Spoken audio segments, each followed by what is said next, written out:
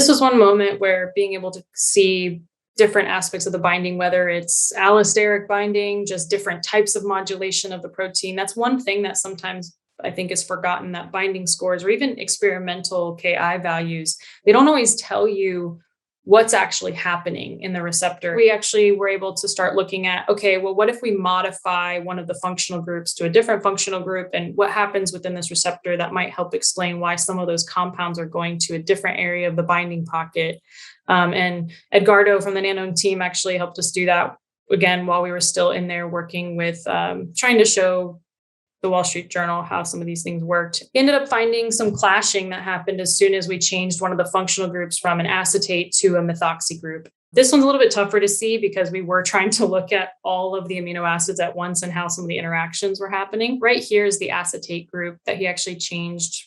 In the beginning was a methoxy. The clashing shows us these yellow kind of circles. And when he changes it back to the acetate, which is really what we're interested in, it does end up taking away some of that clashing.